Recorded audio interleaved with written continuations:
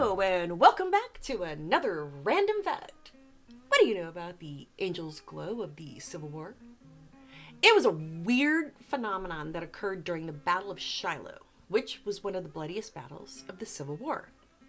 The Battle of Shiloh, also called the Battle of Pittsburg Landing, happened in Hardin County, Tennessee, April 6th and 7th, 1862, and amassed over 20,000 casualties between the two sides. But let's back up. In March of 1862, Union forces under the leadership of Major Generals Ulysses S. Grant and Don Carlos Buell moved south so that they could take control of southern railroads. Grant and his troops eventually ended up at Pittsburg Landing, 22 miles northeast of Corinth, Mississippi, and here they established a base of operations on a plateau west of the Tennessee River.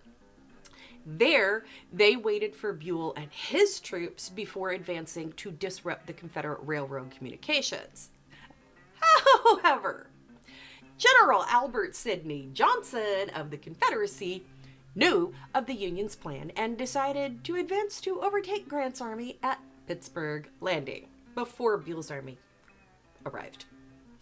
He would have some setbacks, though, due to rain and muddy roads, but he and his army, nearly 44,000 strong, did arrive at Pittsburg Landing the evening of April 5th, 1862, and they attacked at daybreak on April 6th.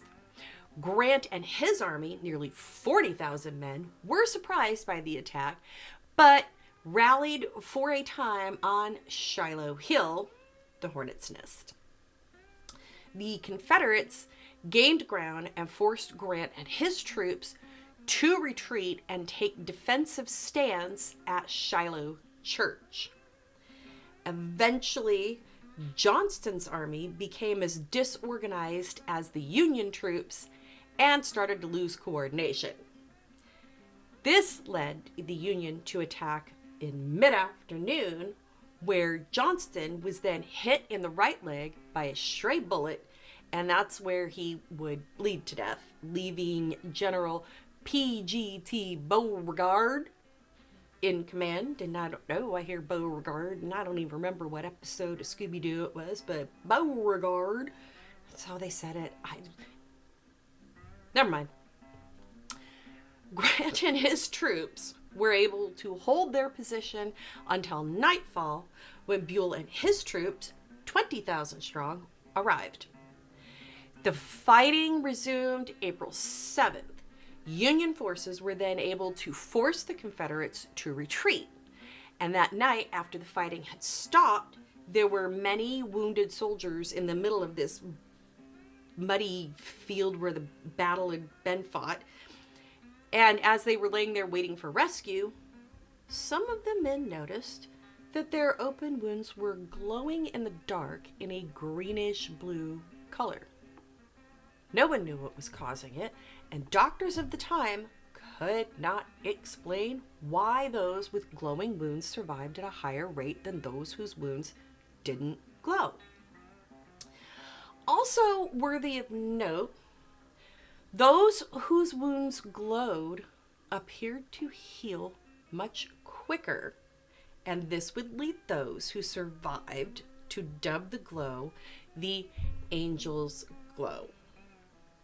It would take another 139 years after this battle before people knew what the cause was.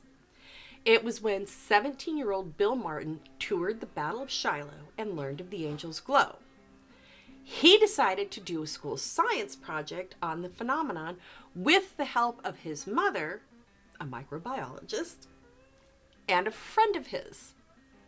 The first thing they did was to identify the types of bacteria that glow in the dark, and then they cross-referenced those with the historical records of the battle to see which, if any, may have been present at Shiloh in 1862. That's pretty genius.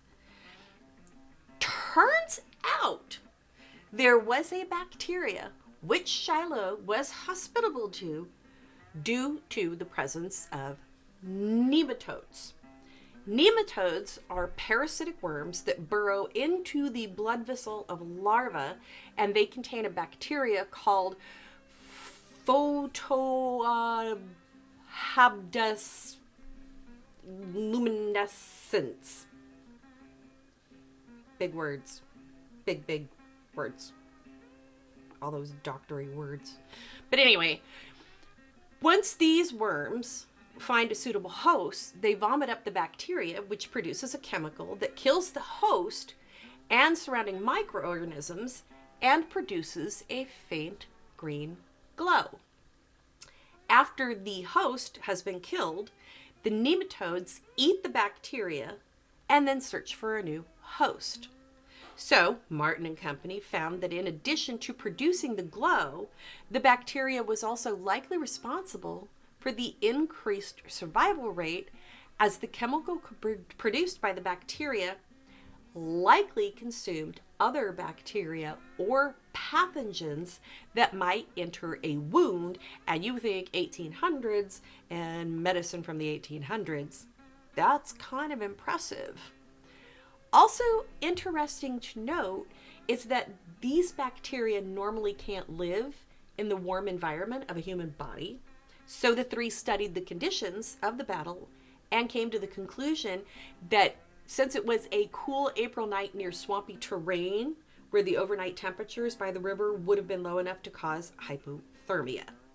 So due to the cold, wet conditions, the soldiers' body temperatures were most likely low enough to be a good host environment for that bacteria.